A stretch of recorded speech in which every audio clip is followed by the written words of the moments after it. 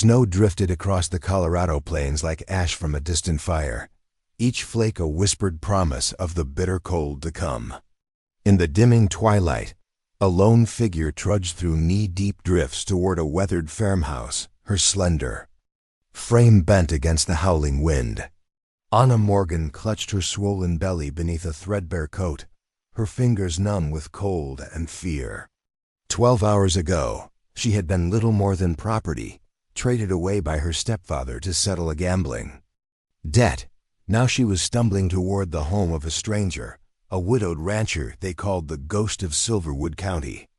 Before we jump back in, tell us where you're tuning in from, and if this story touches you, make sure you're subscribed, because tomorrow I've saved something extra special for you.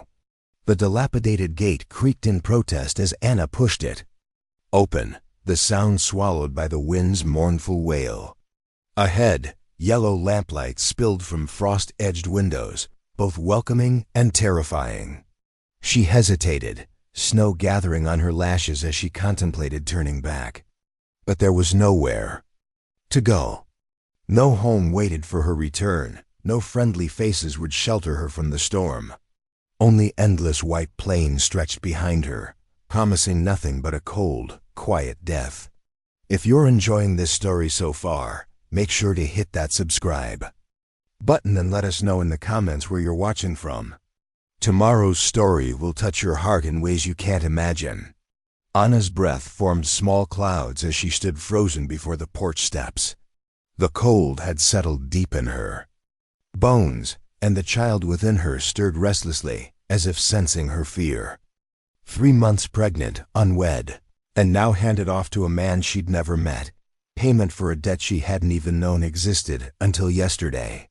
He's a good man, her stepfather had assured her as he loaded her single bag onto the stagecoach. That morning, Caleb Thornton lost his wife 2 years back. Keeps to himself mostly, but he's fair and God-fearing. The words offered little comfort as the coach pulled away, leaving behind the only life she'd known since her mother died. A gust of wind nearly knocked Anna off her feet, forcing her decision. With trembling hands, she climbed the wooden steps and raised her fist to the door. Before she could knock, it swung open, revealing a tall figure silhouetted against the warm light within. "You're late," a deep voice rumbled. "Stage was due at noon." Anna swallowed, struggling to find her voice. The snow. The driver couldn't. "We had to stop several times." The man stepped aside, gesturing for her to enter.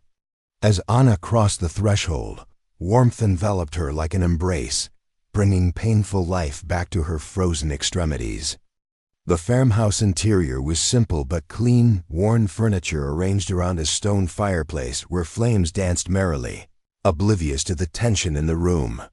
Caleb Thornton closed the door against the howling wind and turned to face her. Anna's breath caught in her throat. She'd expected someone older, hardened by years of solitary ranching. Instead, she found herself looking up at a man perhaps 30 years of age, with eyes the color of summer storms and a face that might have been handsome if not for the scar that ran from temple to jaw on the left side. His expression remained unreadable as he studied her with equal intensity. "Jack Sullivan said he was sending his daughter," Caleb said finally. "He didn't mention you were with child." Heat rushed to Anna's cheeks despite the lingering cold. "Stepdaughter," she corrected quietly, "and he doesn't concern himself with my troubles." Something flickered across Caleb's face. Surprise, perhaps, or displeasure, before his features settled back into careful neutrality. "Hang your coat by the fire," he instructed, moving toward what appeared to be a kitchen. "You need to warm up. I'll make coffee."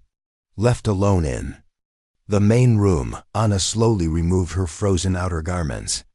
Her hands shook, not just from cold, but from exhaustion and fear. What kind of man accepts a woman as payment for a debt? What would he expect from her? The questions that had plagued her during the long journey from Willow Creek resurfaced with renewed urgency. The mantel above the fireplace held few personal items: a carved wooden horse, a tarnished pocket watch, and a single photograph in a silver frame. Unable to resist, Anna moved closer to examine it.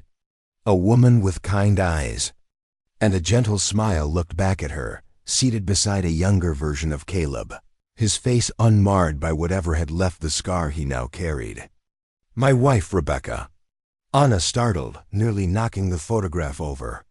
Caleb stood in the doorway, 2 steaming mugs in his hands. His expression remained impassive, but his eyes lingered on the picture. "I'm sorry," Anna whispered. "I didn't mean to pry."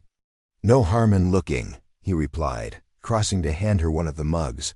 "She's been gone 2 years now. Fever took her." The coffee was strong and bitter, but Anna welcomed its warmth as she wrapped her fingers around the mug. "My mother passed 3 years ago," she offered hesitantly. "That's when my father remarried. When Jack became my stepfather." Caleb nodded, though whether in understanding or merely acknowledgement, Anna couldn't tell. He gestured toward a worn armchair. "Sit, you look dead on your feet."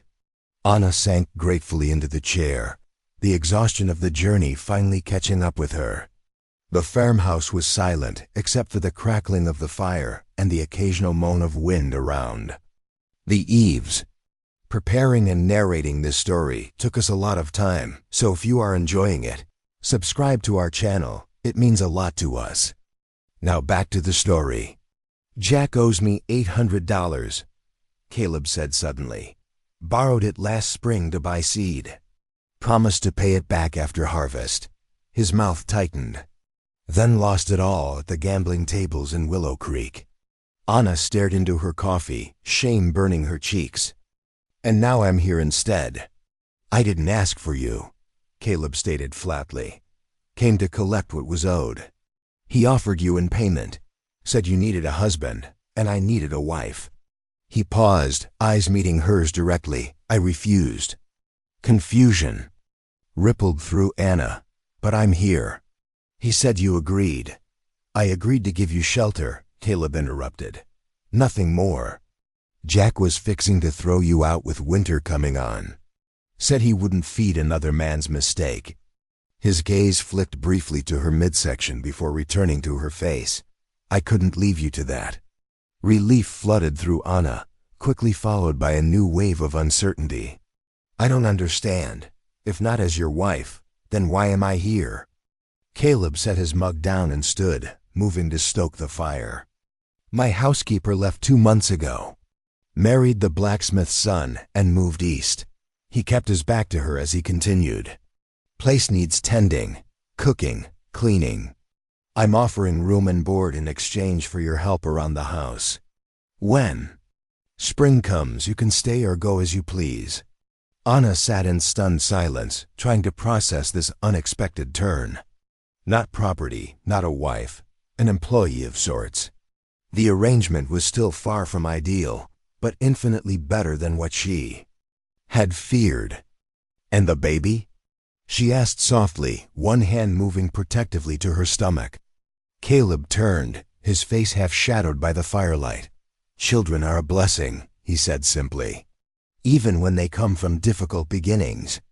Before Anna could respond, a sharp knock at the door startled them both. Caleb frowned, glancing toward the window where snow continued to fall heavily outside. "Stay here," he instructed, moving to answer the door. A blast of cold air swept in as Caleb opened it, revealing a snow-covered figure on the porch. "Doc." "Wilson," Caleb greeted with surprise. "What brings you out in this?" The older man stomped snow from his boots as he entered. "Headed back from the Peterson place. Their boy broke his arm falling from the hayloft. Thought I'd check on you before the storm worsens." His gaze landed on Anna, and his eyebrows rose. "I see you have company." "Anna Morgan," Caleb introduced her briefly. "She'll be keeping house for me through the winter." The doctor's expression remained carefully neutral, though Anna detected a hint of speculation in his eyes as they moved between her and Caleb. "Miss Morgan," he acknowledged with a slight bow. "Pleasure to make your acquaintance." The doctor delivered most of the children in Silverwood County, Caleb explained to Anna. "Including me, if the stories are true." "Indeed they are, Doc," Wilson confirmed with a smile that softened his weathered features. "And I've patched up this stubborn rancher more times than either of us care to recall." His keen eyes settled on Anna again, this time noticing what Caleb had observed immediately. "I see congratulations are in order." Anna flushed, instinctively drawing her shawl closer around herself. "Thank you," she murmured, uncertain how else to respond. The doctor glanced at Caleb, some unspoken question passing between them. "Well," he said briskly, "perhaps Miss Morgan would permit me to examine her before I continue on. Travel can be taxing in her condition, especially in weather like this." Before Anna could protest, Caleb nodded. "Use the bedroom. First door. On the right." He turned to Anna. "If you're agreeable." It wasn't really a question, but Anna appreciated the pretense of choice. She nodded and followed the doctor down a short hallway to a sparsely furnished bedroom. A simple iron bed with a patchwork quilt stood against one wall, a washstand and dresser opposite. "Please sit," Doc Wilson instructed, setting his medical bag on the bed. His professional demeanor put Anna somewhat at ease as he began a gentle examination, asking questions about her pregnancy and general health. 4 months along, I'd estimate, he confirmed after a time. "The child seems healthy, though you yourself are undernourished." His kind eyes held no judgment. "How long has it been since you've had a proper meal, my dear?" Anna looked away. "My stepfather." Food was sometimes scarce in his house. The doctor's mouth tightened momentarily. "I see. Well, you're in good hands now. Caleb Thornton may keep to himself, but he's known for his fairness." He packed away his instruments. "I'll leave instructions for your diet. With proper care, you and the baby should thrive." When they returned to the main room, Caleb stood by the window, watching the storm rage outside. He turned at their approach, his expression questioning. "Mother and child are doing well, considering," Doc Wilson reported. "But she needs rest and regular meals." He handed Caleb a folded paper. "See that she follows these instructions." Caleb nodded, tucking the paper into his shirt pocket. "I'll make sure of it." The doctor gathered his things, preparing to brave the storm once more. At the door, he paused, looking back at Anna. "Welcome to Silverwood, Miss Morgan. I expect I'll be seeing more of you as your time approaches." With a tip of his hat, he disappeared into the swirling snow. Silence settled over the farmhouse again. Anna stood awkwardly in the center of the room, suddenly acutely aware of her position, alone with a stranger, miles from the nearest neighbor, entirely dependent on his goodwill. As if sensing her discomfort, Caleb cleared his throat. "You'll have your own room. The one the doctor used for the examination. I sleep in the loft." He gestured toward a ladder in the corner that Anna hadn't noticed before. "Your privacy will be respected." "Thank you," Anna whispered, relief evident in her voice. "Are you hungry?" he asked, already moving toward the kitchen. Anna hesitated, torn between honesty and not wanting to be a burden. Her stomach answered for her with an audible growl that brought a hint of amusement to Caleb's eyes. "I'll take that as a yes," he said, the faintest suggestion of a smile touching his lips before disappearing. "Stew's been simmering since morning." The meal was simple but hearty, venison stew with carrots and potatoes, accompanied by thick slices of homemade bread. Anna ate slowly, savoring each bite, unable to remember the last time food had tasted so good. "You cook," she observed, unable to keep the surprise from her voice. Caleb shrugged, breaking a piece of bread. "Had to learn after Rebecca died. It's nothing fancy." "It's wonderful," Anna assured him sincerely. She hesitated, then asked the question that had been troubling her. "Why did you really agree to this arrangement? You could have simply demanded your money." Caleb was quiet for so long that Anna thought he might not answer. When he finally spoke, his voice was low, almost as if he were speaking to himself. 8 years ago, I came to Colorado with nothing but the clothes on my back and a dream of building something that was mine. His eyes met hers across the table. Rebecca believed in that dream, stood by me through drought and hardship.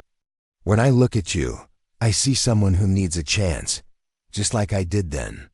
The simple honesty of his words touched something deep. Within Anna, for years, she had existed as an unwelcome burden in her stepfather's house, tolerated only because of her usefulness as a servant. To be seen as a person worthy of chance, of kindness, it was almost more than she could comprehend. "I don't know how to thank you," she said softly. "No need," Caleb replied gruffly, returning his attention to his meal. "Rest tonight. Tomorrow, I'll show you around the place, explain your duties." After dinner, Caleb showed Anna to her room, providing fresh linens and a woolen nightgown that had belonged to his wife. "It might be a bit large, but it's warm," he explained awkwardly, placing it on the bed. "The washroom is through that door. There's hot water in the copper boiler." Left alone, Anna sank onto the edge of the bed, emotions washing over her in. Waves, relief, gratitude, apprehension, all mingled together as she contemplated her new circumstances. The child moved within her, a gentle flutter that reminded her of the responsibility she carried. Whatever happened, she would endure. For both their sakes. The storm continued through the night, wind rattling the window panes as Anna lay awake in the unfamiliar bed. Above, she could hear occasional footsteps as Caleb moved about in the loft. Despite her exhaustion, sleep eluded her as questions about the future tumbled through her mind. Morning arrived with startling brightness, sunlight reflecting off pristine snow that blanketed the landscape as far as the eye could see. Anna dressed quickly in her simple cotton dress, the only one that still accommodated her changing figure, and made her way to the kitchen. To her surprise, Caleb was already there, frying bacon and eggs over the wood stove. "Good morning," he greeted without looking up. "Coffee's ready if you want some." "Thank you," Anna replied, pouring herself a cup. "I can take over the cooking." "If you'd like." Caleb shook his head. "Not today. Doc Wilson said you need rest." He slid eggs onto 2 plates and joined her at the table. "We'll start slow. No sense in you collapsing your first day here." After breakfast, Caleb gave Anna a tour of the ranch house and outbuildings. The property was larger than she had initially thought. A main house, barn, chicken coop, smokehouse, and several fenced pastures where cattle grazed in the distance. "Most of the herd is in the South Valley for winter," Caleb explained as they stood on the porch, surveying the property. "My ranch hand Miguel stays in the line cabin down there. To keep an eye on them, he comes up once a week for supplies." Anna nodded, taking in the information. "And the house? What needs doing?" "General keeping," Caleb replied. "Cooking, cleaning, laundry. Rebecca kept a small kitchen garden in summer, but that's months away yet." He hesitated. "I've managed on my own, but it's not—" "It hasn't been properly cared for since she died." The unspoken admission hung between them, that despite his capability, Caleb had been merely surviving in the empty shell of what had once been a home. Anna understood immediately that her role extended beyond simple housekeeping. She was being asked to breathe life back into these rooms that had stood silent for too long. "I'll do my best," she promised quietly. Caleb nodded once, seemingly satisfied. "I need to check the fences in the north pasture. The snow might have brought some down. I'll be back by midday." Left alone, Anna began exploring the house more thoroughly, taking inventory of what needed attention. The spaces were clean but Spartan, lacking the small touches that transformed a building into a home. Dust had collected in corners, curtains hung limp and faded at windows, and the pantry organization was haphazard at best. In the bedroom that had been Rebecca's sewing room, Anna discovered boxes of fabric, notions, and partially completed projects, evidence of a life interrupted. She closed the door quietly, respecting the sanctity of these remnants of Caleb's former happiness. By the time Caleb returned, stomping snow from his boots at the door, Anna had prepared a simple lunch of soup and sandwiches and had begun organizing the kitchen to her liking. "You've been busy," he observed, noting the changes. "I hope you don't mind," Anna replied hesitantly. "I thought it might be more efficient if—" "It's fine," Caleb interrupted, hanging his coat by the door. "Make whatever changes you think necessary. This is your domain now." They ate in companionable silence, the awkwardness of the previous evening somewhat diminished. As Anna gathered the dishes afterward, Caleb cleared his throat. "I need to ride into town tomorrow for supplies. Is there anything you need?" Anna thought of her meager possessions, the 2 dresses that would soon no longer fit, the worn undergarments, the single pair of shoes. But she had no money, nothing to trade. "I'm fine," she said quietly. Caleb's eyes narrowed slightly. "Dr. Wilson left a list of things you should have. Proper food, warmer clothes." He stood, reaching into his pocket to withdraw a small leather pouch. He placed it on the table between them. "This is your wages. First month in advance." Anna stared at the pouch in shock. "But I've only just arrived." "I haven't earned. You'll earn it," Caleb stated matter-of-factly. "Make a list of what you need. Nothing extravagant, but don't skimp on necessities." Overwhelmed by this unexpected kindness, Anna could only nod. After Caleb left to tend to afternoon chores, she opened the pouch with trembling fingers. Inside was more money than she had ever possessed at one time, enough for fabric, notions, perhaps even a new pair of sturdy boots. That evening, as snow began falling again, Anna sat by the fire working on a list while Caleb carved what appeared to be a small wooden animal. The silence between them was comfortable, each absorbed in their task. "May I ask you something?" Anna ventured finally. Caleb looked up, waiting. "How did you get your scar?"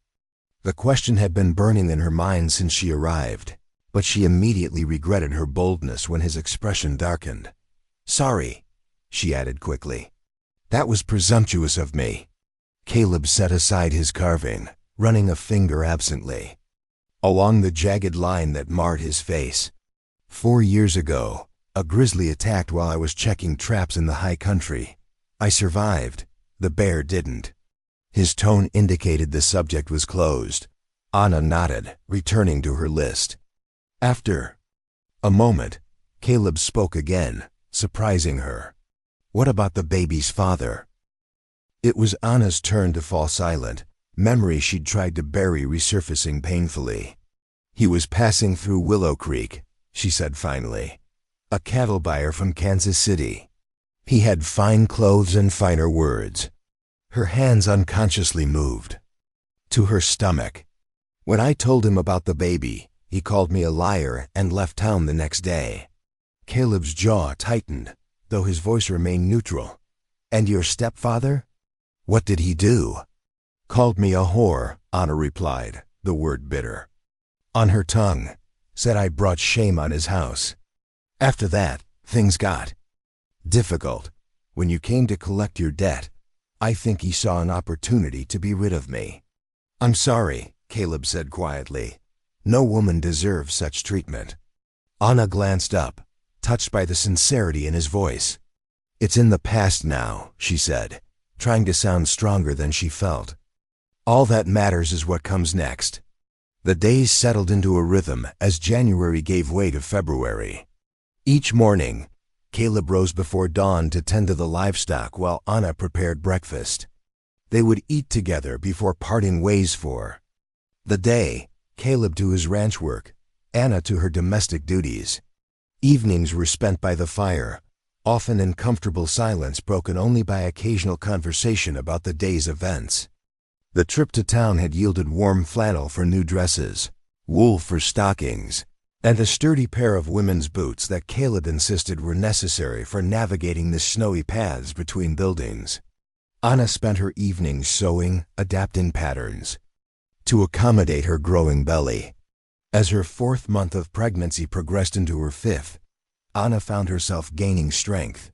Regular meals and rest had brought color back to her cheeks and a healthy fullness to her previously gaunt frame. The baby grew stronger too, its movements becoming more pronounced, often making Anna gasp or laugh unexpectedly. The first time this happened in Caleb's presence, his eyes had widened in alarm. "Are you all right?" "Yes," Anna assured him. Smiling, "The baby is just very active today." After a moment's hesitation, she asked, "Would you like to feel it?" Caleb froze, uncertainty written across his features. Then, with a hesitant nod, he crossed the room to where she sat. Anna gently took his calloused hand and placed it on the curve of her stomach. For several seconds, nothing happened. Then, as if on cue, the baby delivered a solid kick directly beneath Caleb's palm. The wonder that transformed his face in that moment made Anna's heart flutter strangely. For a brief instant, the hardness that usually characterized his expression melted away, revealing the man he might have been in another life, one unmarred by loss and solitude. "That's remarkable," he said softly, withdrawing his hand. Almost reluctantly. "Yes," Anna agreed, watching him return to his chair across the room. "It is." February brought a peculiar warmth to Silverwood County, a brief reprieve from winter's grasp that melted snow from southern slopes and allowed earthy scents to rise from thawing ground. Anna stood on the porch, face turned toward the strengthening sun, one hand resting on her swelling abdomen as she breathed deeply of the fresh air. 6 weeks had passed since her arrival at Caleb Thornton's ranch. 6 weeks of quiet, routine that had begun to heal wounds deeper than she had realized existed. "Planning to stand there all day?" Caleb's voice, tinged with unusual lightness, startled her from her reverie. Anna turned to find him leading his saddled horse from the barn, a rarely seen half-smile softening his features. The warmer weather seemed to have affected his mood as well. "I was just enjoying the sun," she replied, returning his smile. "I've never been much for winter." Caleb nodded, adjusting the cinch on his saddle. "Few are, out here. Too much work, too much danger." He glanced at the mountains looming in the distance, their peaks still crowned with snow. "Don't let it fool you, though. February thaws never last. Winter will remind us it's still here soon enough." "You sound almost disappointed," Anna observed, surprised by her boldness. In recent days, she had found herself speaking more freely with Caleb, the initial awkwardness between them gradually giving way to something approaching companionship. Caleb shrugged, patting his horse's neck. "These breaks in the weather let me check the high pastures, repair fences the snow's taken down. Good to get ahead of spring work." He hesitated, then added, "Thought you might like to come along today. You've been cooped up in the house for weeks." The invitation caught Anna off guard. Since her arrival, she had rarely ventured beyond the immediate yard, partly due to the weather, but also from an innate sense that she should stay close to the safety of the house. Would it be safe?" she asked, one hand moving protectively to her stomach. "We'll take the wagon instead of riding," Caleb assured her. "Stay on the main trails. Be back by mid-afternoon." He paused, studying her face. "Doctor said fresh air would be good for you both." The mention of Dr. Wilson brought a flush to Anna's cheeks. The doctor had visited twice more since her arrival, each time pronouncing himself pleased with her improving health. On his last visit, he had mentioned to Caleb, within Anna's hearing, that gentle exercise would benefit the young mother and her child. The phrasing had struck Anna forcefully. Young mother, not fallen woman. Not ruined girl, mother. "I'd like that," she decided, already turning to fetch her shawl from inside. Half an hour later, they were making their way along a winding trail that climbed gradually into the foothills. The wagon's steady rocking was surprisingly soothing, and Anna found herself relaxing as she took in the changing landscape.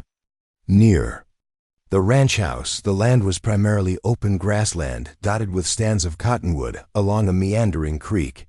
As they climbed, pines and spruce became more prevalent, their dark green branches stark against patches of lingering snow. "It's beautiful," Anna remarked, breathing deeply of the pine-scented air. Caleb nodded, his eyes scanning the terrain ahead. Rebecca used to say God spent extra time on Colorado, getting the details just right. The mention of his late wife no longer brought the uncomfortable silence it once had. In recent weeks, Caleb had begun to speak of Rebecca occasionally, small memories shared in quiet moments, as if testing whether the pain of remembering had lessened enough to bear. "She sounds like she was a wise woman," Anna said gently. "She was," Caleb agreed, "smarter than me by half. Could read the weather better than any man I knew. Saved our cattle during the blizzard of '83 by insisting we move them to the southern valley 2 days before the storm hit." A ghost of a smile touched his lips. "Everyone thought she was crazy, including me, until the snow came. You must miss her terribly," Anna said softly. Caleb was quiet for a long moment, the only sound the creak of wagon wheels and the steady clop of the horses' hooves on the packed trail. "Grief changes," he said finally. "Doesn't go away, but it shifts. Becomes something you can carry without it breaking you." The simple honesty of his words touched Anna deeply. Her own losses, her mother, her reputation, her place in the world had felt crushing at times. The idea that grief could transform into something bearable offered a strange comfort. They reached a high meadow around midday, a natural clearing. Among the pines where new grass had already begun to emerge in south-facing patches. Caleb halted the wagon beneath a towering ponderosa and set the brake. "We'll rest here a while," he said, reaching behind the seat for a small bundle. "Brought food." Anna accepted his hand as he helped her down from the wagon, surprised by the strength in his calloused fingers and the gentleness with which he guided her over the uneven ground to a sun-warmed boulder. The meal was simple: bread, cheese, dried apples, and jerky, but tasted extraordinary in the clear mountain air. They ate in companionable silence, watching an eagle circle lazily above the valley below. "What will you do when spring comes?" Caleb asked suddenly. The question caught Anna by surprise. In the routine of daily life, she had avoided thinking too far ahead, focusing instead on the immediate tasks of each day. Spring meant choices, stay or go, as Caleb had promised when she first arrived. "I don't know," she admitted, absently tracing patterns on the rock with her fingertip. "I have nowhere particular to return to. My stepfather made it clear I wasn't welcome." "You could stay on," Caleb said, his tone carefully neutral. "The arrangement seems to work well enough." Anna studied his profile, trying to discern his thoughts behind the offer. Was it merely practical, a convenient housekeeper already trained to his preferences? Or was there something more, some deeper connection forming between them that she wasn't imagining? "What about when the baby comes?" she asked quietly. "A newborn changes things. There would be crying at night, constant demands. Your peaceful home wouldn't be so peaceful anymore." Caleb turned to meet her gaze directly. "I've thought about that," he said simply. "I don't mind." Something warm unfurled in Anna's chest at his words. Not effusive promises or grand declarations, but in their own way, just as meaningful. "I don't mind" was, from a man like Caleb Thornton, tantamount to welcome. "Then I'll stay," she replied, her voice steadier than she expected. "At least until summer. We can reassess then." Caleb nodded once, apparently satisfied, and began packing away the remnants of their meal. The matter was settled with the same straightforward practicality that characterized most of their interactions. No fuss, no excessive emotion, just quiet understanding. As they prepared to leave, Caleb insisted on checking a line of fence that ran along the western edge of the meadow. "Won't take long," he promised. "Just need to make sure the elk haven't pushed it down." Anna decided to stretch her legs while waiting, walking slowly along the tree line where delicate wildflowers had already begun to emerge in protected niches. She was carefully picking her way over a fallen log when her foot slipped on a patch of hidden ice. With a startled cry, she fell sideways, managing to catch herself with her hands, but landing awkwardly on her hip. Caleb was at her side almost. Instantly, his face tight with concern. "Are you hurt? The baby?" "I'm all right," Anna assured him, although her wrist throbbed where she had braced herself against a fall. "Just startled myself." He helped her to her feet, his hands lingering on her arms as if afraid she might collapse if he let go. The genuine worry in his eyes made Anna's heart beat faster in a way that had nothing to do with her fall. "We should head back," he said, his voice rougher than usual. "Get Dr. Wilson to check you over." "That's not necessary," Anna protested. "Truly, I barely fell at all. The baby is fine, feel." Without thinking, she took his hand and placed it against her stomach where the child had begun kicking vigorously, perhaps responding to her elevated heartbeat. Caleb's expression softened as he felt the movement beneath his palm. Some of the tension left his shoulders, though his hand remained where she had placed it longer than strictly necessary. "Still," he said finally, "no sense taking chances. We'll head back." The return journey was made in thoughtful silence, each absorbed in their own reflections. For Anna, the day had revealed something important, that in the short time she had been at the ranch, it had begun to feel like home in a way no place had since her mother died. More surprisingly, Caleb himself had become not exactly family, but something beyond mere employer, a friend perhaps, or something she didn't quite have a name for yet. Dr. Wilson confirmed what Anna had insisted, that neither she nor the baby had suffered any harm from the minor fall. His visit, however, brought unexpected news from town. "Heard something interesting at the general store yesterday," he mentioned casually as he packed away his stethoscope. "Seems Jack Sullivan's been asking after a stepdaughter."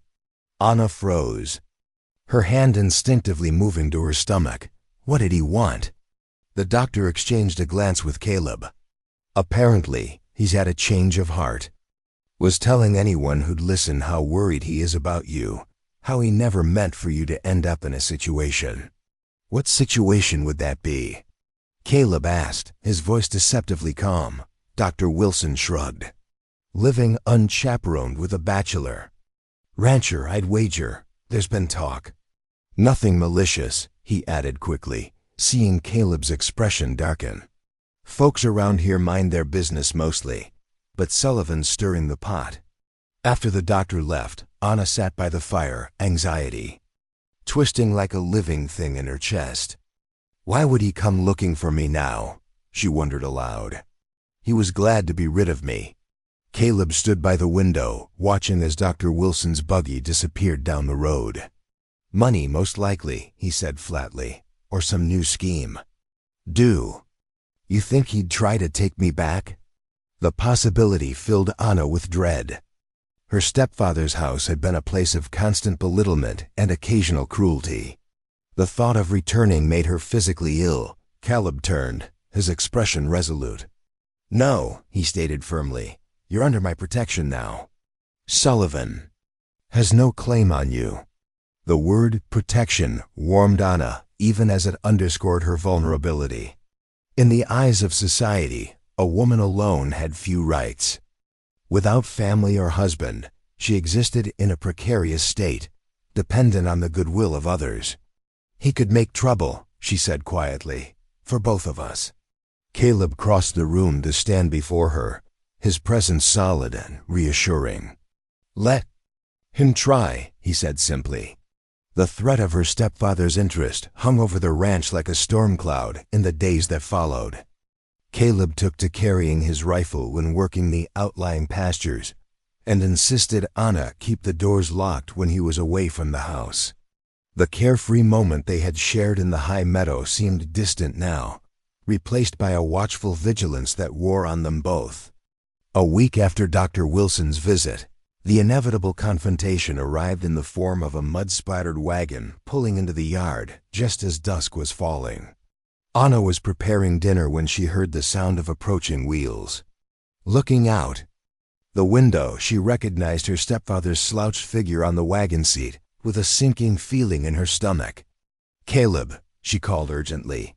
"He's here." Caleb appeared from the back room, rifle in hand. His expression was composed, but Anna could see the tension in the set of his jaw. "Stay inside," he instructed quietly. "No matter what you hear." Anna nodded, though everything in her rebelled against hiding while Caleb faced her stepfather alone. She watched through the window as Caleb stepped onto the porch, rifle held casually but visibly at his side. Jack Sullivan pulled his wagon to a stop, a false smile spreading across his weathered face. "Thornton," he called in greeting. "Fine evening." "Sullivan," Caleb acknowledged coldly. "What brings you here?" "Come to see my girl," Sullivan replied, climbing down from the wagon with exaggerated stiffness. "Been worried sick about her. Heard she might not be treated proper out here." His gaze slid to the rifle in Caleb's hand. "Seems my concerns might be justified." "Anna's doing fine," Caleb stated flatly. "Better than she was in your care." Sullivan's smile didn't waver, though his eyes hardened. "That's so? Well, I'd like to hear it from her own lips." "Girl's still my responsibility, legal-like, stepdaughter and all." "Not anymore," Caleb countered. "You forfeited any claim when you traded her to settle a debt." Sullivan spread his hands in a gesture of innocence. "A misunderstanding, that's all. Never meant for her to stay permanent. Just till I could get back on my feet." He took a step toward the porch. "Now I've come to take her home where she belongs." Caleb shifted slightly, the rifle more prominent now. "She doesn't want to go with you." "Don't reckon that's for you to say," Sullivan retorted, his pretense at friendliness evaporating. "She's coming with me, Thornton. Unless you want the sheriff asking why you're keeping an unmarried girl out here. Folks might get the wrong idea about what kind of services she's providing." The crude implication hung in the air like poison. Through the window, Anna saw Caleb's posture stiffen, his knuckles whitening around the rifle. Unable to bear it any longer, Anna opened the door and stepped onto the porch. "I'm not going anywhere with you," she stated firmly, her voice steadier than she felt. Sullivan's gaze raked over her, taking in her obviously pregnant figure with a sneer. "Look at you, girl. Swelling up like a spring heifer. That's Thornton's bastard you're carrying, is it? Moving up in the world, ain't you?" "That's enough," Caleb growled, stepping between them. Sullivan ignored him, his attention fixed on Anna. "Your mother would be ashamed, seeing what you've become." "Nothing but I said that's enough." Caleb's voice cracked like a whip. He raised the rifle to his shoulder, aiming it squarely at Sullivan's chest. "Get back in your wagon and leave, now." For a tense moment, Sullivan seemed to consider challenging the command. Then, with a contemptuous shrug, he backed toward his wagon. "This ain't over, Thornton. Girl belongs with her family." "I have no family," Anna called after him, finding strength in the declaration. "Not anymore." As Sullivan's wagon disappeared down the road, Anna felt her knees threaten to buckle. Caleb's arm came around her waist, supporting her as he guided her back into the house. "He'll be back," she whispered, sinking into a chair by the fire. "With the sheriff, maybe." Caleb set his rifle aside and knelt before her, taking her trembling hands in his. "Look at me, Anna," he said gently. When she raised her eyes to his, he continued, "I made you a promise. You're under my protection. I meant it then, and I mean it now." "But how?" she asked, tears threatening. "He's right. I have no legal standing here. I'm not your wife, not your kin. Just a woman you took in out of pity." Something shifted in Caleb's expression at her words, a softening around his eyes, a firmness in his jaw. "There's a solution," he said after a moment. "If you'd consider it." Anna stared at him, hardly daring to interpret his meaning. What sort of solution? "Marriage," Caleb stated simply. "A real one, not the arrangement Sullivan tried to force. As my wife, you'd have legal protection. He couldn't touch you." The proposal, if that's what it was, struck Anna speechless. Of all the scenarios she had imagined for her future, becoming Caleb Thornton's wife had seemed the most unlikely. Not because she found the idea objectionable. Quite the contrary. In recent weeks, she had caught herself watching him as he worked, admiring not just his physical strength, but the quiet integrity that guided his actions. But she had never allowed herself to hope that he might see her as anything more than a responsibility. "You don't have to do this," she managed finally. "I'm already a burden." "No," Caleb interrupted firmly. "Never that." He hesitated, seeming to struggle with words, then continued with careful deliberation. "I'm not a man given to flowery speech or grand gestures, Anna, but I respect you, care for your well-being, and the child's." His eyes met hers directly. It wouldn't be just for protection or convenience. The implication hung between them, momentous in its simplicity. Caleb Thornton, a man who had loved and lost, was offering not just his name, but the possibility of something deeper. "I don't expect an answer now," he added, releasing her hands and standing. "It's a decision that shouldn't be rushed. Think on it. Whatever you decide, I'll respect it." That night, Anna lay awake in her bed, one hand resting on the curve of her stomach where the baby shifted restlessly. Marriage to Caleb would solve the immediate problem of her stepfather's claims. It would provide security for her child, a name, legitimacy in the eyes of society. But was that enough basis for such a commitment? In the quiet darkness, Anna forced herself to consider all aspects of the proposition. Caleb was a good man. Honorable, hard-working, kind in his reserved way. But did she love him? Could she love him, given time? And equally important, could he ever truly love her, carrying another man's child, coming to him with a past that most would consider shameful? The baby kicked sharply, as if offering its own opinion on the matter. Anna smiled despite her troubled thoughts. Whatever happened, this child would be loved. Of that much, she was certain. Morning found Anna in the kitchen, preparing breakfast with unusual care. She had slept little but felt strangely calm, her decision made in those quiet hours between midnight and dawn. When Caleb entered from his morning chores, she met his questioning gaze steadily. "Yes," she said simply. "I'll marry you." Relief washed over his features, followed by something that might have been happiness. "You're certain?" he asked, removing his hat. "I don't want you to feel obligated." "I'm certain," Anna confirmed. "Not from obligation, but choice." She offered a small smile. "It's a good solution for both of us." "For all three of us," she amended, touching her stomach. Caleb nodded, a smile ghosting across his lips. "Then we'll ride into town today, speak to the minister." The wedding took place 3 days later in the small white church that served Silverwood County. It was a brief, simple ceremony, with only Dr. Wilson and his wife as witnesses. Anna wore her best dress, dark blue wool with lace at the collar, that she had refashioned from fabric purchased in town. Caleb had surprised her with a small gold band that had been his mother's. "I now pronounce you man and wife," the minister declared, closing his Bible with a smile. "Mr. Thornton, you may kiss your bride." Caleb hesitated briefly, then leaned forward to place a gentle, almost tentative kiss on Anna's lips.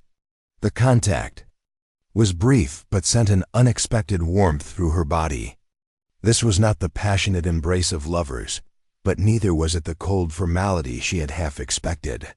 It was like everything about Caleb, sincere in its simplicity. As they signed the church register, making their union official in the eyes of the law, Anna felt a curious mixture of emotions: relief, hope, apprehension, and something deeper she wasn't ready to name. When Caleb offered his arm to escort her back to the wagon, she took it with a sense that she was stepping into a new life, one that, against all odds, held the promise of happiness. Spring arrived in Silverwood County with a riot of wildflowers, carpeting the valleys and the musical chorus of returning birds. 2 months had passed since Anna and Caleb's wedding, 2 months of adjustments, discoveries, and gradually deepening bonds. The ranch had transformed under Anna's steady attention.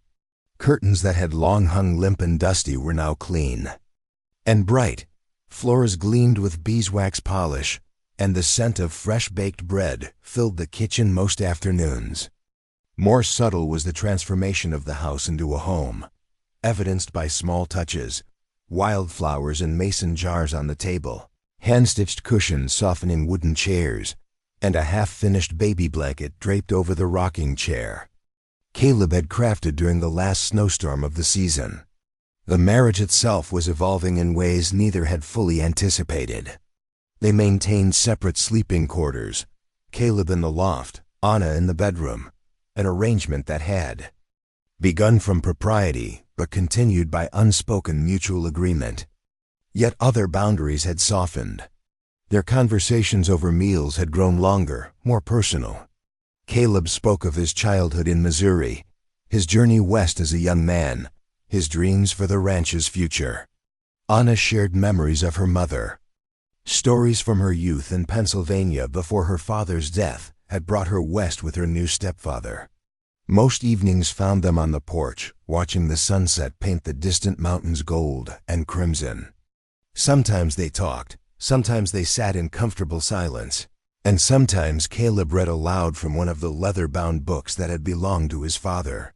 It was during these quiet moments that Anna felt the first stirrings of what might be love, not the desperate infatuation that had led to her current condition, but something steadier, more substantial. April brought frequent rain showers that swelled the creek and turned the pastures emerald green. The cattle were moved to higher grazing land, and Caleb spent long days in the saddle, often returning after dark, mud-splattered but satisfied with the season's progress. Anna's pregnancy had entered its final months, her figure now unmistakably rounded, movements more deliberate as she adapted to her changing body. Dr. Wilson visited regularly, pronouncing her healthy but advising more rest. The baby's positioned well, he assured her during an examination in late April. Strong heartbeat. I'd estimate another 6 to 8 weeks. After the doctor departed, Anna sat on the porch, sewing the last stitches on a tiny gown while Caleb repaired a bridle nearby. The domestic scene struck her suddenly. How natural it felt, how right, despite the unconventional path that had brought them together. I've been thinking, she said, breaking the comfortable silence, about names for the baby. Caleb glanced up, his hands stilling on the leather straps. Have you decided on something? Anna nodded, setting her sewing aside. If it's a girl, I'd like to name her Eleanor after my mother. She hesitated, then continued more softly. And if it's a boy, I was thinking perhaps Robert. After your father. Surprise flickered across Caleb's face, followed by something deeper, more vulnerable than Anna had ever seen in his expression. You'd name your son after my father? Our son, Anna corrected gently, if you agree. Caleb was silent for a long moment, his eyes fixed on the distant mountains. When he finally spoke, his voice was rough with emotion. Robert was a good man. Worked himself to the bone so my mother and I wouldn't go hungry during the war years. He nodded slowly. It's a name to be proud of. The simple acceptance meant more to Anna than elaborate praise would have. In this, as in so many things, Caleb's quiet sincerity touched her heart more deeply than grand gestures ever could. Their peaceful routine was disrupted the following week when Miguel, the ranch hand who tended the southern herd, arrived unexpectedly. One morning, his horse lathered from hard riding. Rustler's center, he reported grimly as Caleb met him in the yard. They took perhaps 20 head from the South Valley last night. I found tracks leading east toward the territorial road. Caleb's expression hardened. Any idea who? Miguel shook his head. 3 men, maybe 4, professional. They knew which cattle to take, the yearlings, ready for market. Anna, who had come to the door at the sound of raised voices, felt a chill despite the warm spring morning. Cattle rustling was more than a crime in ranch country. It was a threat to livelihood, to survival itself. I'll ride to the Peterson place, Caleb decided, already moving toward the barn. Gather men. We'll track them before the trail gets cold. Fear clutched at Anna's heart. Is that wise? If they're professionals, they'll be armed. We will. Me too, Caleb replied grimly, saddling his horse with practiced efficiency. Rustlers have to be dealt with decisively, or they'll be back for more. Within the hour, Caleb had departed with Miguel, leaving Anna alone at the ranch for the first time since their marriage. He had pressed his revolver into her hands before leaving, showing her how to load and fire it with a few terse instructions. Keep it close, he'd said, his eyes meeting hers intently. Use it if you have to. The weight of the weapon felt alien in Anna's hands, but she nodded, understanding the necessity. The ranch was isolated, and word of Caleb's absence would travel fast in such a close-knit community. The day passed with excruciating slowness. Anna tried to occupy herself with familiar tasks, baking bread, mending clothes, preparing a stew. That would be ready whenever Caleb returned. But her thoughts kept straying to imagined scenarios of confrontation, gunfire, violence. By evening, when Caleb had not returned, anxiety had solidified into a constant knot in her chest. She secured the doors and windows as darkness fell, keeping the revolver on the table beside her as she attempted to focus on her sewing. The baby was particularly active, responding perhaps to her tension with restless movement that made concentration. Impossible. Your father will be fine, she murmured, rubbing her swollen belly soothingly. He's smart and careful. The words, your father, caught in her throat slightly. It wasn't biologically accurate, but in every way that mattered. Caleb had assumed that role since their marriage, discussing the future with the assumption that he would be a parent to this child, preparing the small cradle that now stood in the corner of their bedroom, even speaking occasionally to Anna's belly when he thought she was asleep. A sudden noise outside jerked Anna from her thoughts, the distinctive sound of hoofbeats approaching. Relief flooded through her as she moved to the window, expecting to see Caleb's familiar figure in the moonlight. Instead, the sight that greeted her turned relief to ice in her veins. Jack Sullivan sat atop his horse in the yard, a shotgun cradled in his arms. Anna's hand moved instinctively to the revolver as Sullivan dismounted and approached the house with the loose-limbed swagger that indicated he'd been drinking. He pounded on the door, the sound reverberating through the quiet house. "Open up, girl," he called, his voice slurred but menacing. "Know you're in there. Seen the light." Anna remained silent, gripping the revolver with trembling hands. Perhaps, if she didn't respond, he would believe the house empty and leave. "Husband's gone chasing rustlers," Sullivan continued, dashing that hope. "Everybody knows it. Just you all alone in there." He pounded again, harder. "Open this door or I'll break it down." The threat galvanized Anna into action. Moving to the door, she called out with more courage than she felt. "Go away, Jack. You're not welcome here." A harsh laugh answered her. "That's no way to talk to your pa, girl. Come to check on you, is all. Make sure Thornton's treating you right." "Caleb's my husband now," Anna replied firmly. "He's the only family I need. Please leave." "Husband," Sullivan spat the word like a curse. "Took up with him mighty quick, didn't you? After all your high and mighty talk about virtue. Wonder what the good folks of Silverwood would say if they knew the truth about that baby you're carrying." Fear gave way to anger at his taunting.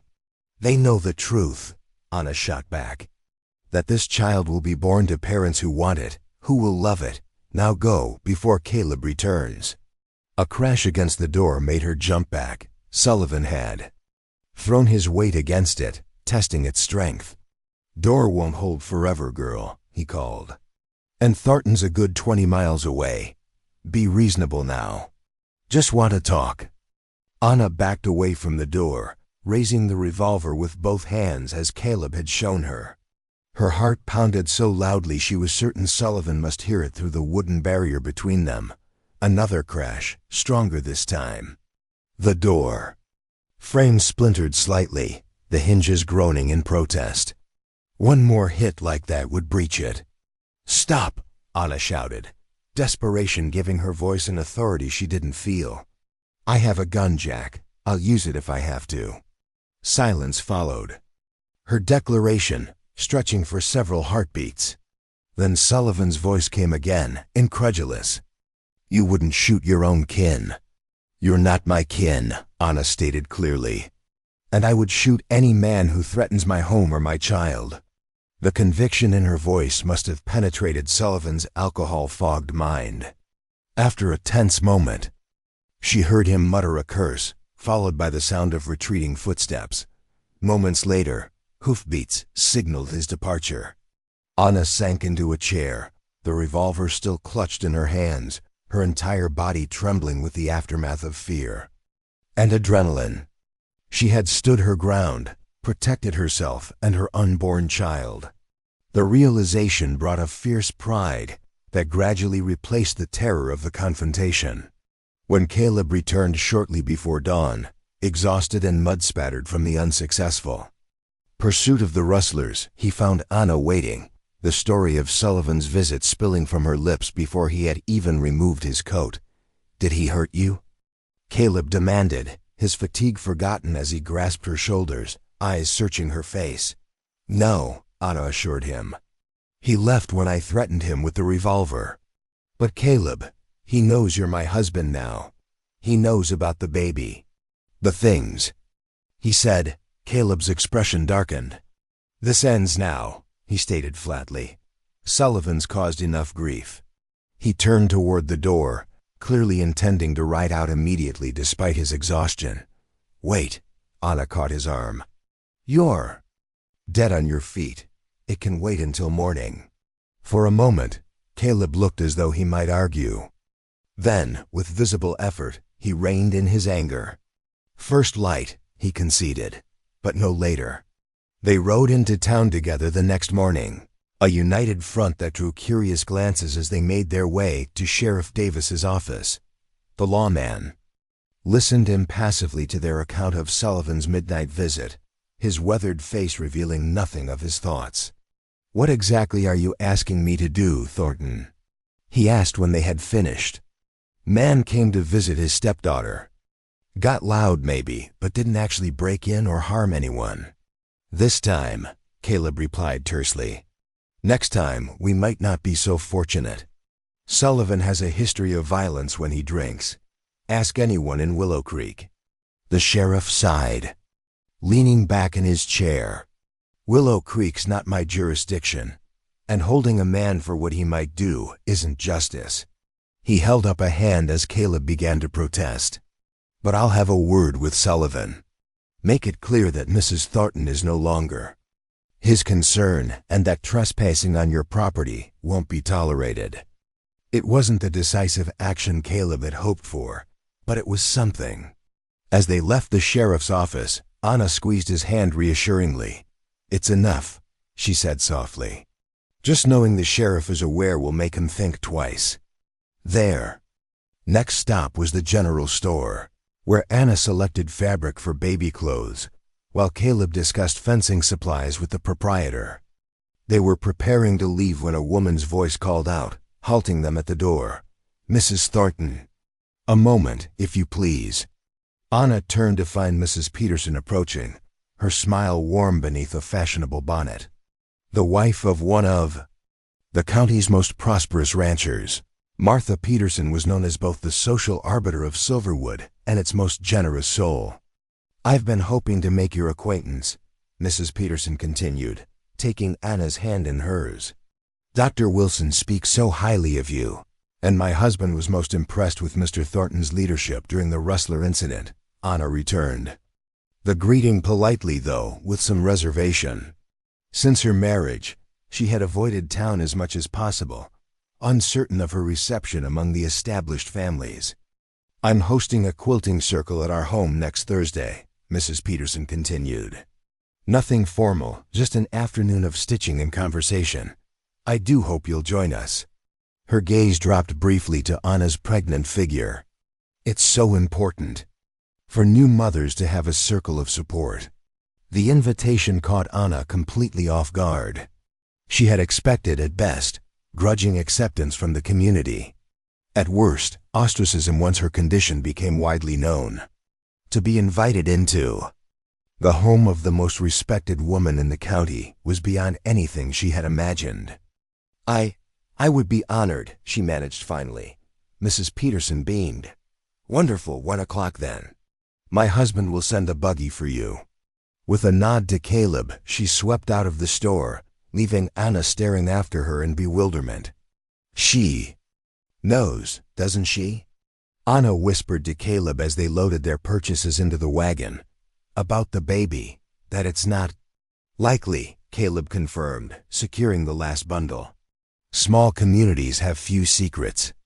But," he added, helping her onto the wagon seat, "they also know what kind of man Sullivan is, and they know me." A small smile touched his lips. "Seems they've decided which story they prefer to believe." The realization that the community might accept her, not just tolerate but genuinely welcome her, filled Anna with a cautious hope that buoyed her spirits throughout the journey home. The quilting circle proved to be a turning point in Anna's integration into Silverwood society. The women welcomed her without reservation, sharing stories of their own pregnancies and childbirths that ranged from reassuring to terrifying in equal measure. By the afternoon's end, Anna had received invitations to 3 more social gatherings and enough hand-me-down baby items to fill the cradle twice over.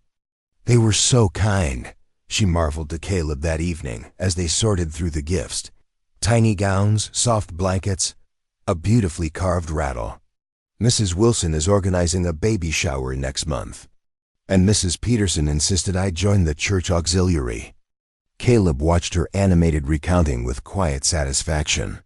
"I told you this community takes care of its own," he said simply. "And you're one of us now." One of us. The phrase warmed Anna like summer sunshine. After years of existing on the margins, first as an unwanted stepdaughter, then as a fallen woman, she had found not just shelter but belonging. May blossomed into June, bringing longer days and the sweet scent of alfalfa from newly cut fields. Anna's time grew closer, her movements more labored as the baby settled lower in preparation for birth. Dr. Wilson increased his visits to twice weekly, each time pronouncing mother and child healthy, but advising Anna to rest more. "Easy for him to say," she grumbled good-naturedly to Caleb one evening as they sat on the porch. "He doesn't have a garden to tend, meals to cook, a house to clean." Caleb studied her flushed face with concern. "You're doing too much," he observed. "The garden can wait, so can the extra baking and sewing." Anna sighed, adjusting her position to ease the persistent ache in her lower back. "I just want everything to be perfect when the baby comes." "It will be," Caleb assured her, his hand covering hers on the porch railing, "because you'll be its mother." The simple confidence in his statement brought unexpected tears to Anna's eyes. Pregnancy had made her more emotional, more vulnerable to both joy and fear. Most nights found her awake at some point, mind racing with worries about the coming birth, about her ability to be the mother this child deserved. Caleb had become remarkably attuned to these mood shifts. Now, seeing her tears, he moved his chair closer, his shoulder brushing hers in silent support. "What if I'm not ready?" Anna whispered, giving voice to her deepest fear. "What if I can't do this?" "You can," Caleb stated with absolute certainty. "You're the strongest person I know, Anna Thornton. stronger than you realize. His unwavering belief in her was like a lifeline in moments of doubt. Over the past months, Caleb had revealed himself to be not just a man of integrity, but one of surprising depth and tenderness. The reserved, scarred rancher who had first welcomed her into his home had gradually given way to a partner who anticipated her needs, supported her dreams, and increasingly made her heart race with a glance or casual touch. "I'm glad I'm here," Anna said softly, "with you." Caleb's fingers tightened around hers. "So am I." The moment hung between them, heavy with unspoken emotion. Then, with gentle deliberation, Caleb leaned forward and pressed his lips to hers in a kiss unlike their brief exchange at the wedding. This was a man claiming his wife, communicating without words what he perhaps couldn't yet say aloud. When they broke apart, Anna saw in his eyes a reflection of what she felt in her own heart: wonder, desire, and the dawning realization that what had begun as an arrangement of convenience had transformed into something neither had anticipated, but both now treasured. That night, for the first time, Caleb didn't climb to the loft but instead joined Anna in the bedroom they now truly shared. As his arms encircled her, her rounded belly between them, Anna felt a sense of completion that transcended physical intimacy. They were creating a family unconventional in its beginnings perhaps, but no less real, no less precious for the unusual path that had brought them together. Dawn was just breaking when Anna woke to a sharp pain radiating across her abdomen. She lay still, waiting to see if it would recede or repeat. When a second pain followed several minutes later, she knew with certainty what was beginning. "Caleb," she whispered, touching his shoulder, "I think it's time." The morning sun filtered through lace curtains, casting delicate patterns across the bedroom floor as Anna gripped the bedpost, breathing through another contraction. Caleb had left for town at first light, riding hard to fetch Dr. Wilson while Miguel's wife, Elena, arrived to assist with the birth.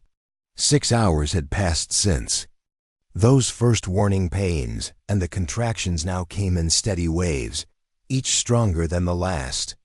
"You are doing well, Signora," Elena reassured her, wiping Anna's forehead with a cool cloth.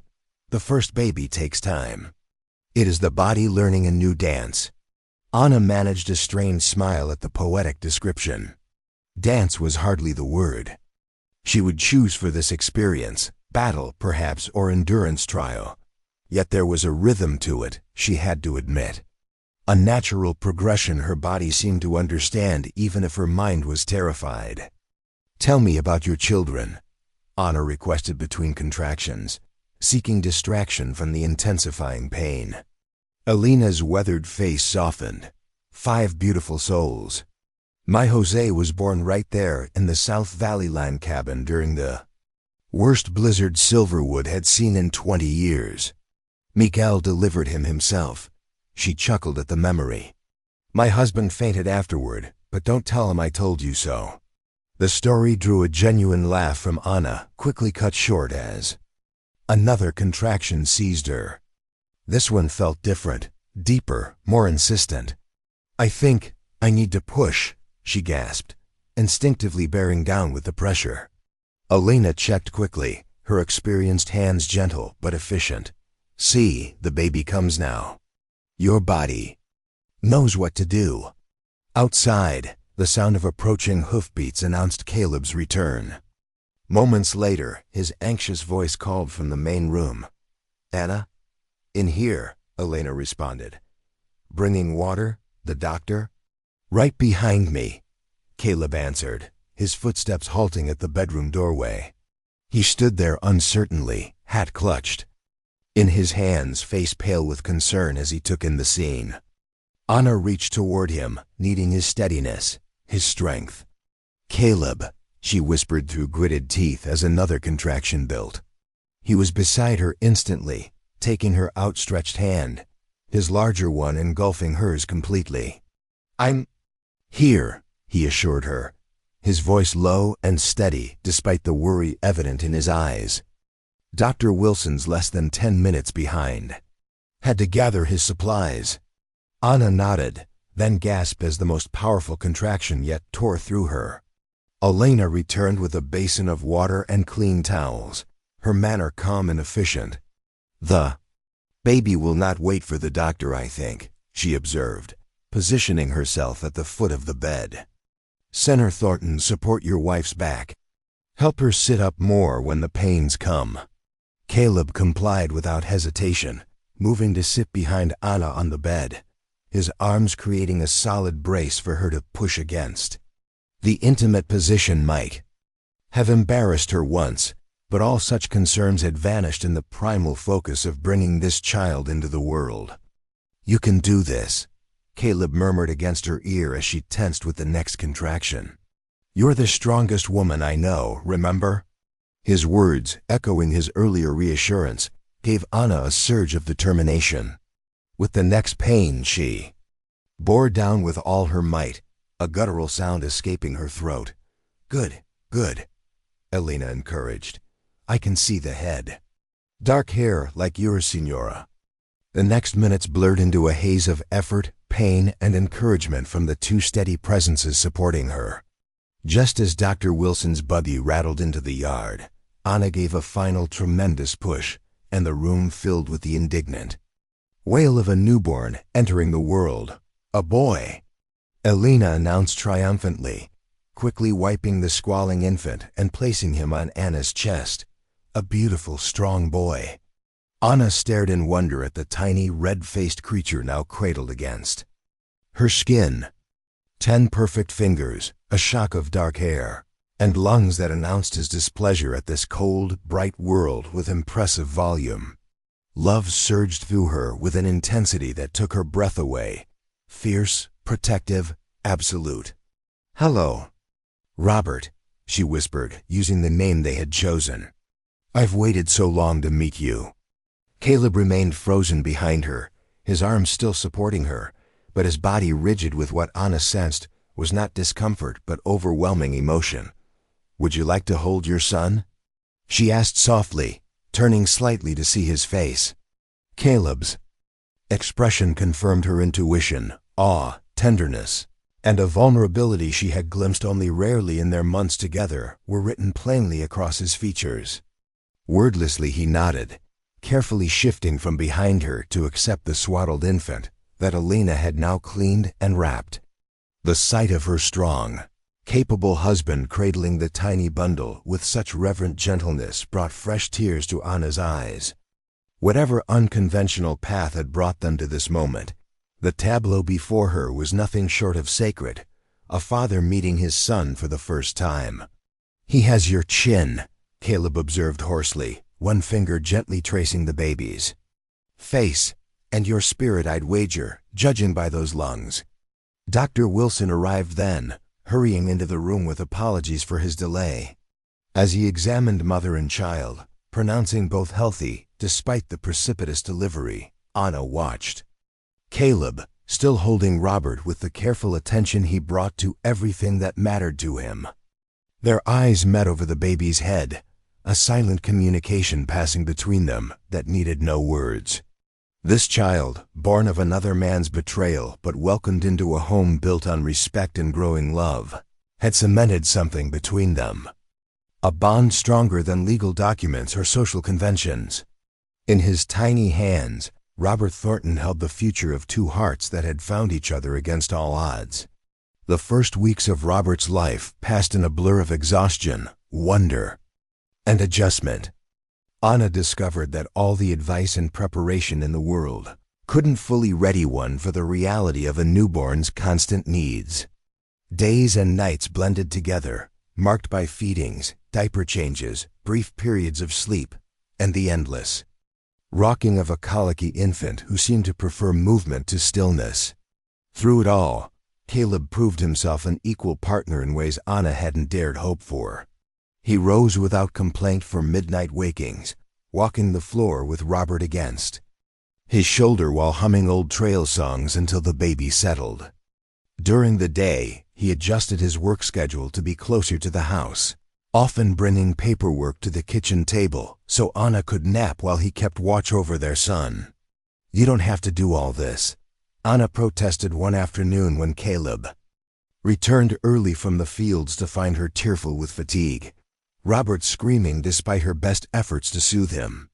"The ranch work can wait," Caleb interrupted firmly, already reaching for the baby. "Miguel has things well in hand. You need rest more than the cattle need counting today." As he settled into the rocking chair with Robert, the baby's cries immediately began to soften. Anna watched in disbelief as her son, who had been inconsolable for hours, gradually quieted against Caleb's chest. "How do you do that?" she asked, equal parts grateful and perplexed. Caleb smiled, the expression transforming his scarred face in a way that still made Anna's heart skip. "Ranch secret," he replied with a wink.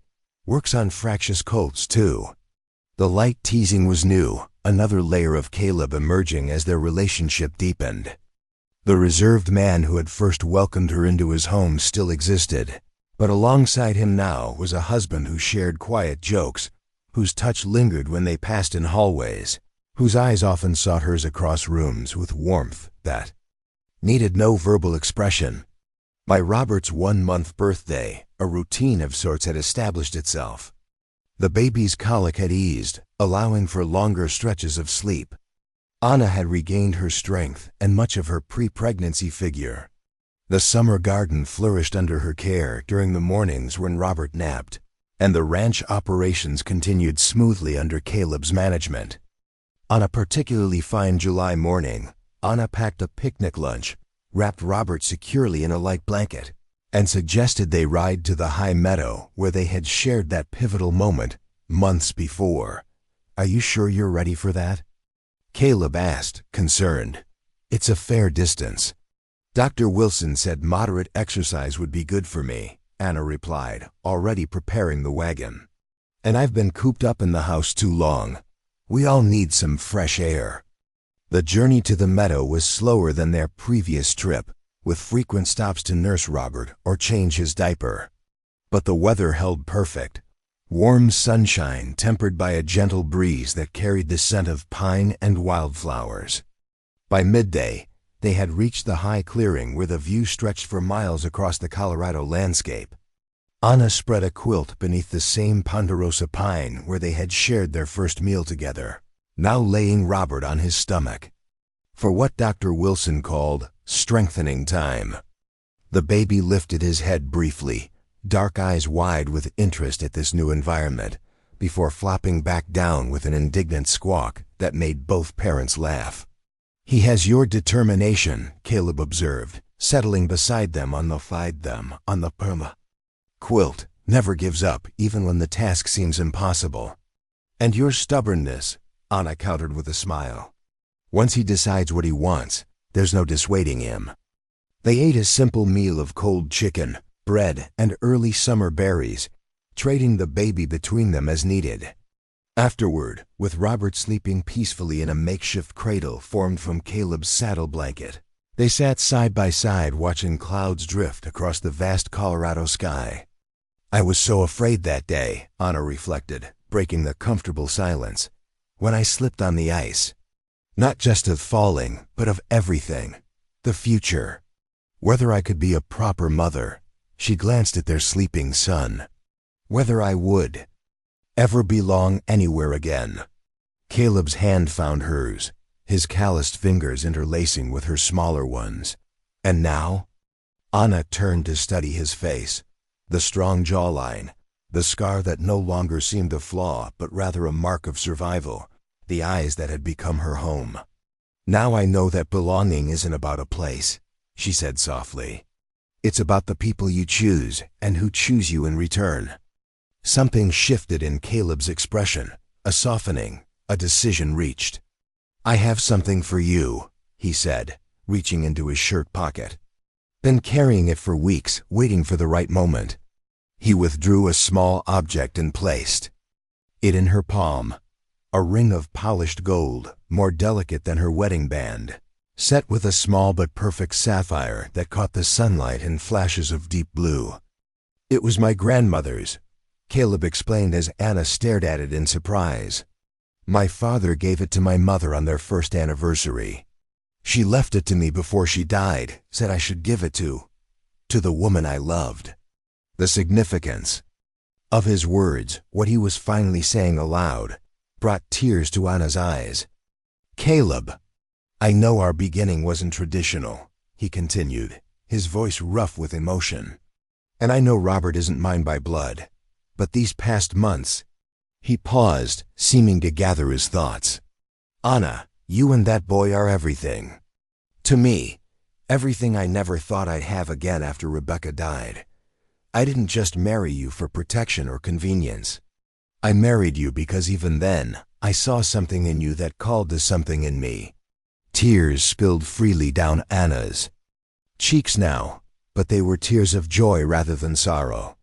I love you too, she whispered, the words she had held back for fear of presumption finally given voice.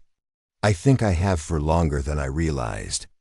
Caleb slipped the ring onto her finger alongside her wedding band, then drew her close for a kiss that spoke volumes about the journey they had traveled together, from strangers bound by necessity to partners united by genuine love.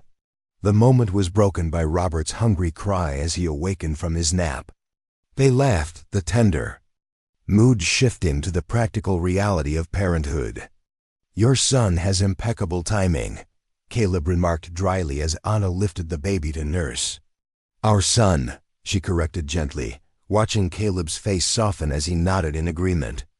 The family that had begun in desperation was now firmly rooted in choice and love, a testament to the healing power of second chances and the courage to build something new from broken beginnings.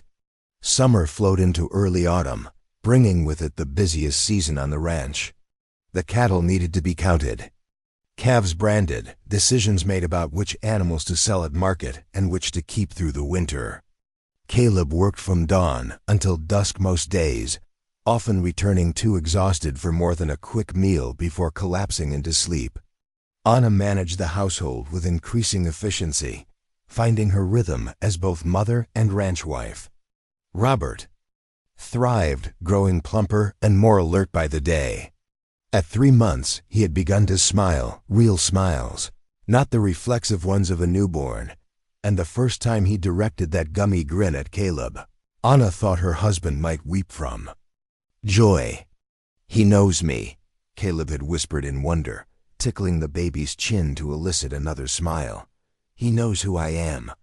Of course he does, Anna had replied softly. You're his father. The simple statement, spoken without qualification or caveat, had cemented something important between them, the final acknowledgement that biology mattered far less than the daily acts of love and care that truly made a family. Their peaceful existence was disrupted in mid-September when Sheriff Davis rode out to the ranch one afternoon. Anna was hanging laundry in the yard, Robert secured in a sling across her chest, when the lawman's approach scattered chickens from his horse's path. Mrs. Thornton, he greeted, tipping his hat. Is your husband about? In the barn, Anna replied, anxiety immediately prickling at the sheriff's serious expression. Is something wrong? Best if I speak with both of you, Davis answered. Dismounting stiffly, Caleb emerged from the barn before Anna could fetch him, wiping his hands on a rag as he assessed the unexpected visitor. Sheriff, he acknowledged with a nod. What brings you out this way? Davis removed his hat, turning it in his hands, a gesture that only increased Anna's sense of foreboding. Got news I thought you should hear from me directly, he began.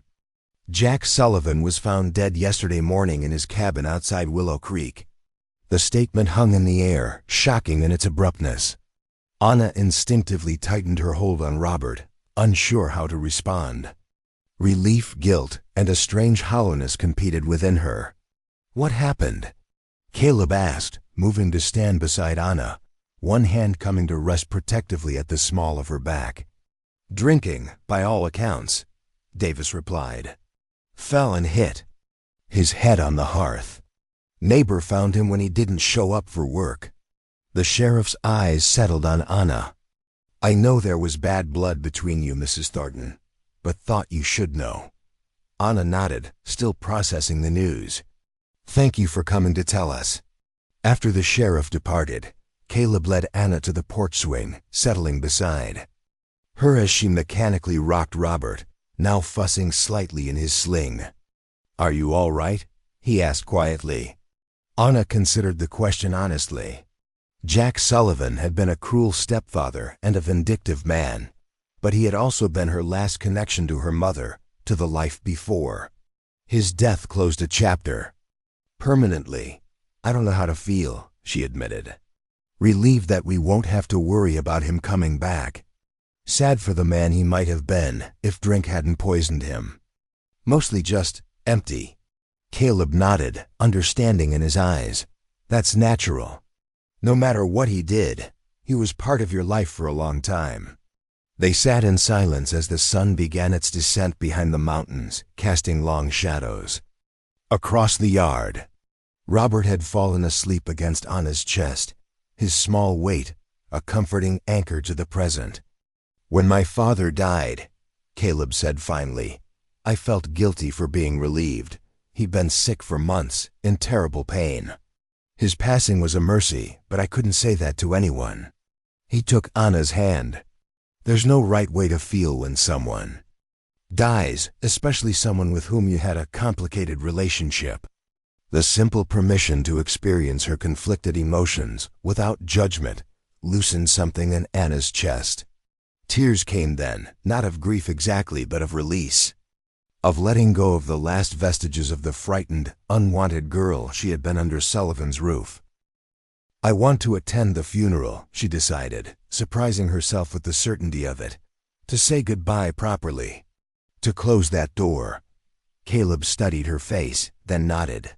We'll go together. 3 days later, they stood among a small gathering at the Willow Creek Cemetery as Jack Sullivan was laid to rest. Few mourners had come, evidence of a life poorly lived and connections neglected. Anna, with Robert bundled against the autumn chill, placed a single wildflower on the simple casket.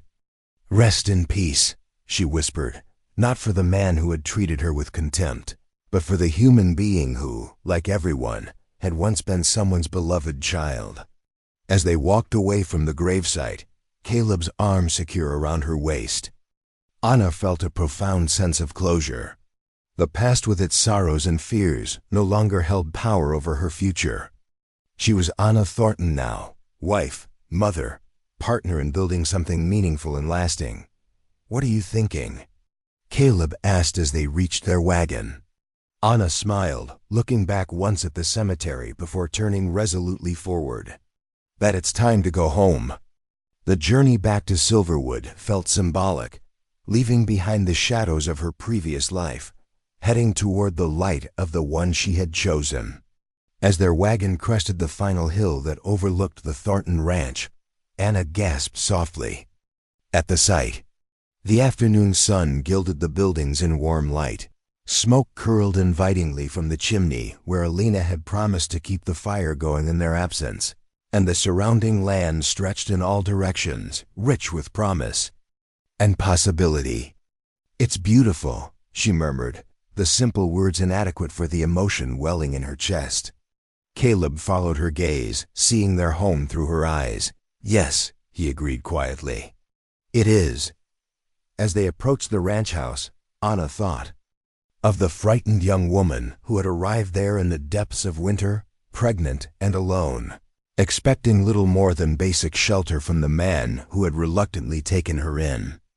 How different the reality had proven, not just survival but growth, not merely existence but joy, not simply arrangement but love. That evening, with Robert sleeping peacefully in his cradle, Anna sat at the kitchen table, working on a quilt she had begun for the coming winter. Caleb entered from checking the livestock one last time, the cool night air clinging to his clothing as he hung his coat by the door. Something smells good, he observed, moving to the stove where a pot of apple cider simmered with cinnamon sticks. Mrs. Peterson's recipe, Anna replied, setting aside her sewing to pour him a mug. She says it's guaranteed to keep winter colds at bay. Caleb accepted the steaming drink with a grateful smile, then pulled something from his pocket and placed it on the table between them. Found this while cleaning out the tack room today. Thought you might want it. Anna picked up the small item, a carved wooden horse, simple but beautifully rendered with flowing mane and alert ears. It's lovely, she said, turning it in her hands. Did you make this? Caleb shook his head, a reminiscent smile touching his lips. My father did. Made one for me every birthday until he died. Said a boy should have something to dream with. He hesitated, then added, thought Robert might like to have it. Start his collection early.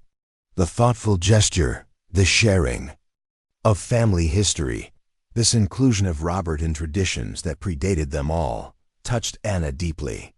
He'll treasure it, she assured Caleb, and the story behind it. They sat together in comfortable silence, sipping cider as the clock ticked peacefully on the mantel.